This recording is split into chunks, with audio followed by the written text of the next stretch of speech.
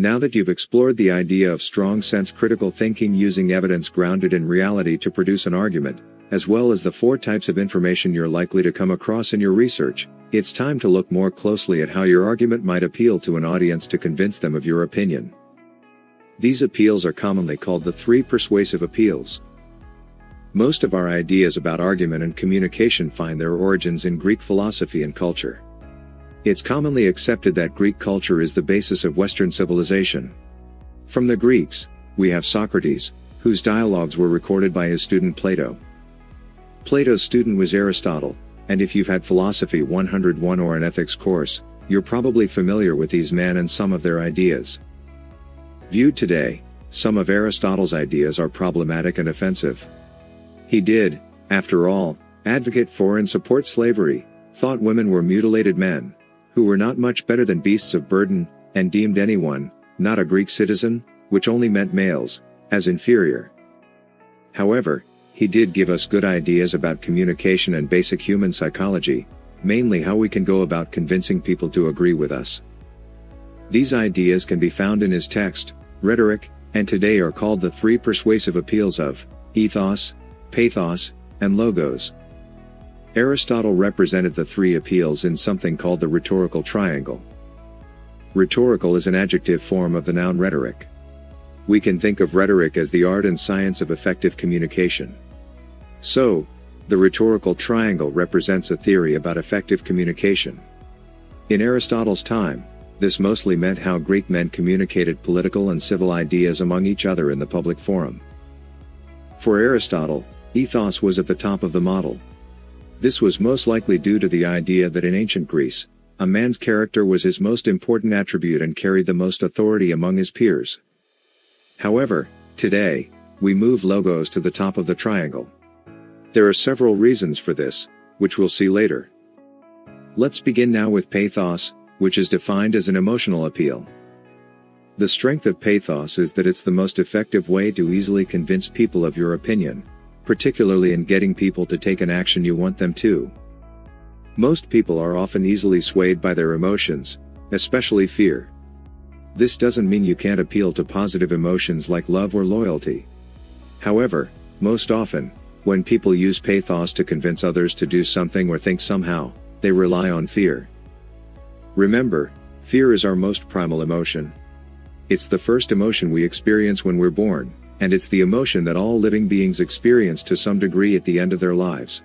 The curious thing about fear is when you fear something or someone, and you begin feeling resentment, the fear will cause you to start to feel anger. That anger, as directed toward the object of your fear, soon evolves into hatred.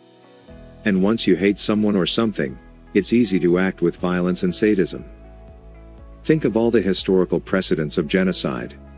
In every case, those committing the atrocities were whipped up into an emotional state which led to them committing atrocities because their leaders told them, first, who to fear, then to be angry at their object of fear, and finally, to hate the people they fear. Therefore, the weakness of pathos is that it can frequently get out of control and release a mob mentality among otherwise peaceful people, leading to awful acts of violence and cruelty. Moving on to ethos, in Aristotle's time, the traditional meaning of ethos was an ethical appeal via the character of the speaker. If the person was of good character, in other words, if he had obedient wives, children, and slaves, owned productive land, had fought bravely in battle, and had led by example, then anything he said would be convincing. The strength of the traditional sense of ethos is that it doesn't require a lot of preparation. You stand up and say, "Look at what a success I am, so do this or think this because I say so." We see this a lot with celebrities as well as politicians. But you might have experienced it with your grandparents or religious leaders who tell you to accept something. The truth is, people like other people doing their thinking for them. So when someone whom they believe is a good person tells them something, most people often accept it without question. This, of course, is the positive halo effect, one of the many roadblocks to strong sense critical thinking. The weakness of traditional ethos happens when a pesky skeleton from one's past decides to emerge from the closet. No person is without character faults. When those imperfections are revealed, The speaker or writer relying on his or her character as a means of persuasion is often discredited permanently and must wear the cone of shame. So remember, anytime you rely on ethos, as in your upstanding character, to convince people of your opinion, you risk revealing uncomfortable facts about yourself.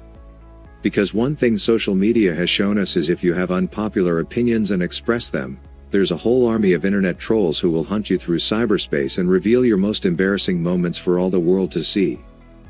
The traditional idea of ethos is still used today, but we also have a more modern way to think of an ethical appeal, one which is based on a shared worldview with the target audience.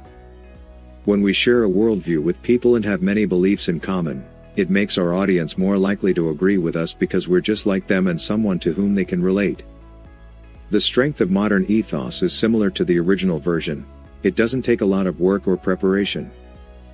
People often seek out the opinions of those they consider to be just like them and think that if one person with a similar worldview had an experience, either positive or negative, that's a good reason to take that person's advice.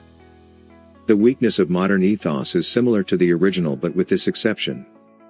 Instead of having your skeletons revealed, it's possible your worldview is not aligned with your target audience. You might be faking it to lure your audience into agreeing with you. If the audience discovers your fraud, you will be deemed an imposter, look like a hypocrite, and lose credibility. It's the classic wolf in sheep's clothing effect and will backfire on you if you engage with it.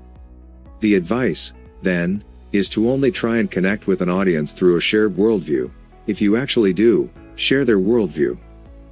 Finally, we come to the top of the triangle and encounter logos. Logos is a logical appeal that uses evidence and clean reasoning to convince people of your opinion. The strength of logos lies in the fact that it avoids the weaknesses of pathos, creating a mob mentality in people, and ethos, risking the exposure of embarrassing personal faults or being seen as an imposter or hypocrite. Another strength of logos is that it can be applied across the board to different people with different worldviews. Most people like to think of themselves as logical and reasonable, and when addressed respectfully, they are often willing to listen to the evidence and clean reasoning. However, the weakness of logos is twofold. First, it takes a lot of preparation. Second, it can be very boring for an audience to listen to only facts and evidence. Think about politics. We spend more time on the sensationalism surrounding a candidate than on her or his actual voting record or policies. Why? Because it makes people tune in and generates money for advertisers. The day of the boring old statesman is gone. Today, we prefer performers just like our entertainment and sports celebrities. To sum up, you can persuade people through appealing to their emotions, through your exemplary character, through a shared worldview, and through providing evidence and clean reasoning.